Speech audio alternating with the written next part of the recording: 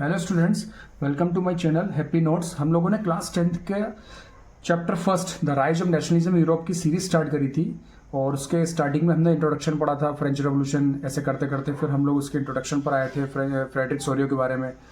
फिर हम उसकी फर्स्ट यूनिट पर, जिसका नाम था the rise French revolution and the ideas of nation, उसको कवर किया था। नेपोलियन के बारे में पढ़ा था, सिविल कोड के बारे में पढ़ा था और सिविल कोड के क्या क्या मेरिट्स और डिमेरिट्स निकल के आए थे एट लास्ट, वो भी हमने कवर किए थे।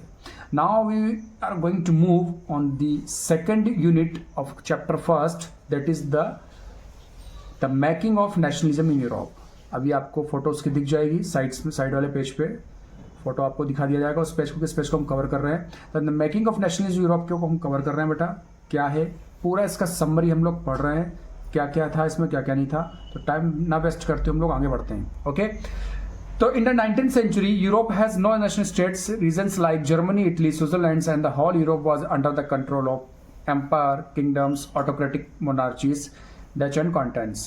कहने का अर्थ क्या है बेटा, जो पहला पैरा मेरा पढ़ा है इसमें बताया गया है, ये शॉर्ट्स पूरे आपके बुक का पैराग्राफ का जो लिखा हुआ है, इसका शॉर्ट्स नोट्स में लेके आया हूँ, समरी लेके आया हूँ, डिटेल स्टडी लेके आया हूँ। ठीक है बेटा, तो ये कहने का अर्थ ये है कि इस पेज में फर्स्ट पैराग्राफ में बताया गया है कि 19th सेंचुरी के समय यूरोप के अंदर कोई भी एक नेशनल स्टेट नहीं था। ऐसा स्टेट जो नेशनल स्टेट नहीं था, उसमें बहुत सारे रीजन्स थे, लाइक जर्मनी, इटली, स्विट्जरलैंड और ईस्टर्न वेस्टर्न यूरोप। और पूरा यूरोप हम कह सकते हैं किसके अंडर कंट्रोल में था बेटा, empire, kingdom, autocratic monarchies, duchies and cantons के अंदर था। इन सबके अंडर में पूरा यूरोप आ रहा था, जिससे रिजल्ट क्या हुआ, they did not have any common culture और कलेक्टिव आइडेंटिटी। कहने का अर्थ ये है कि इस कारण पूरे यूरोप के अंदर ना तो कोई कॉमन कल्चर था, ना ही कोई इनका एथनिक्स था कॉमन, और ना ही कोई कलेक्टिव आइडेंटिटी थी। जिस कारण क्या था बेटा, सब लोग अलग अलग तरीके से अपने अपने हिसाब से अलग अलग तरीके से रेशस को, यानी रेशस यानी दुर्भाव, दुर्प्रचार, एक दूसरे के साथ भेदभाव करना, नस्ल को देख के भी भेदभाव, ये सब स्टार्ट था उस समय, यूरोप में भी था बेटा ये सब। ठीक है, डिटेल स्टडी में जाओगे तो सब मालूम पड़ेगा। तो ये सारी चीजें पूरे यूरोप के अंदर हो रही थी, लैंग्वेज को लेकर सारी चीजें को प्रॉब्लम आ रही थी, तो इस कारण यूरोप में मतभेद थे, भेदभाव था।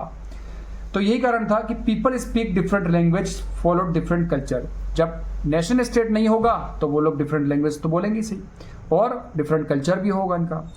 No shade of sense of nationalism, यही कारण था कि कोई भी सेंस नहीं था नेशनलिज्म का। नेशनलिज्म का अर्थ क्या होता है, मैंने आपको बोला ना, फीलिंग ऑफ वन नेशन, एक पॉइंट समझना, या फीलिंग ऑफ नेशनल सेंटिमेंट्स, यानी देश के प्रति भावना या देश के प्रति उदारवादिता या देश के प्रति देश प्रेम जहां कहीं भी होता है, उसको देश हित से संबंधित नेशनलिज्म की बात रखी जाती है, नेशनलिज्म कहा जाता है, यानी राष्ट्रीयता। अब राष्ट्रीयता आपको मालूम है क्या होती है हिंदी में। तो यही कारण था, पूरे यूरोप में कब्जा था अलग अलग एम्पायर्स का। उसमें कुछ एम्पायर्स जैसे ऑटोमन एम्पायर, हैब्सबर्ग एम्पायर, और आपका वो बार्बन फैमिली, फ्रांस का जो हमने पढ़ाई ऑलरेडी कवर किया उसको। तो ऐसी इस पूरे पैरा के बाद में चैप्टर में हमारे पेज में आता है हैब्सबर्ग एम्पायर। नाम से क्लियर है, हैब्सबर्ग एम्पायर। बेटा ये यूरोप का मोस्ट प्रोमिनेंट रॉयल फैमिली वाला एक एम्पायर था। जो मोस्ट कॉमनली इसकी लैंग्वेज थी वो जर्मन थी, जर्मन स्टेट्स इसके अंदर पूरे आते थे, जर्मन लैंग्वेज यहाँ के लोग बाग बोलते थे। ये एम्पायर बेसिकली कौन से रीजन का था, ऑस्ट्रिया और हंगरी। अब मेरी बात समझना बेटा, ऑस्ट्रिया जिसकी कैपिटल वियना और हंगरी, यहां का इसका रीजन था हैब्सबर्ग एम्पायर का, और इसकी लैंग्वेज क्या थी, जर्मन थी। यानी Germany, most of people used to speak German under the control of Habsburg empire.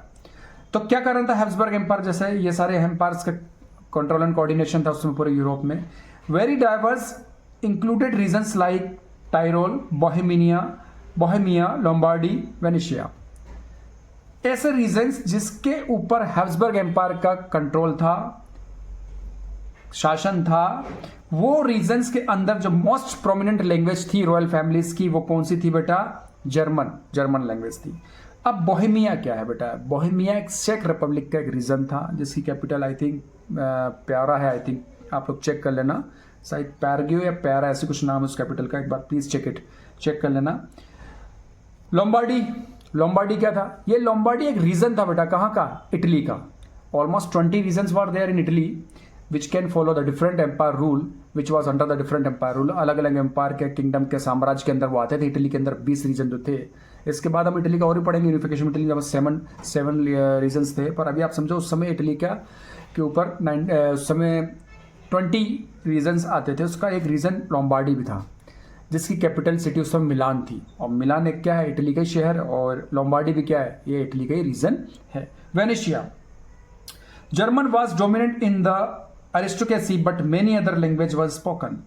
कहने का अर्थ क्या है, हैब्सबर्ग एम्पायर के अंदर जर्मन सबसे ज्यादा बोलने वाली लैंग्वेज थी, डोमिनेंट लैंग्वेज थी किसकी, अरिस्टोक्रेसी की। यानी कहने का अरिस्टोक्रेसी यानी government ruled by the rich people. Aristocracy क्या होती है, ऐसी गवर्नमेंट जो रिच लोगों के, यानी रईसों के द्वारा गवर्नमेंट जो चलाई जाती है, जो सरकार रईस के द्वारा यानी नोबल पीपल्स के द्वारा जो चलाई जाती है, जिनके पास पैसा होता है, रॉयल फैमिलीज के जो बिलोंग करते हैं, उनको अरिस्टोक्रेसी कहते हैं। बट मेनी अदर लैंग्वेज है वाज स्पोकन।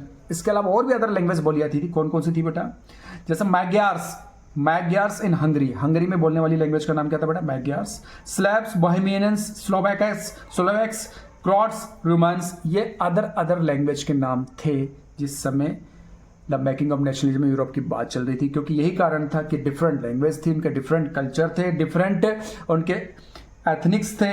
यही कारण था कि no shade of sense unity था। कोई भी ऐसा सेंस निकल के नहीं आ रहा था जिससे नेशनल यूनिटी को बिल्डअप करी जा सके और नेशनल यूनिटी को बना के रखी जा सके। नेशनल यूनिटी का अर्थ क्या होता है बेटा, राष्ट्र एकता।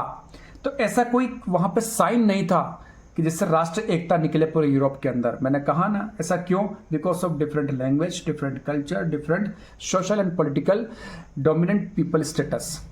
यही कारण था कि फिर अरिस्टोक्रेसी और न्यू मिडिल क्लास का आना होता है। और अरिस्टोक्रेसी से न्यू मिडिल क्लास क्यों निकल के आती है, इसको हम कवर करेंगे नेक्स्ट पेज में।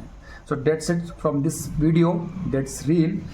मेरे को ऐसा लग भी रहा है कि मैंने आपको समझाया होगा अच्छे से। प्लीज़ तो बेटा समझे इसको, मैंने पूरा सारा डिटेल स्टडी आपको बताया। Keep supporting me, we will look forward to see you, stay tuned in next video. इसके आगे का हम पोर्शन नेक्स्ट वीडियो में कवर करेंगे। Thank you so much.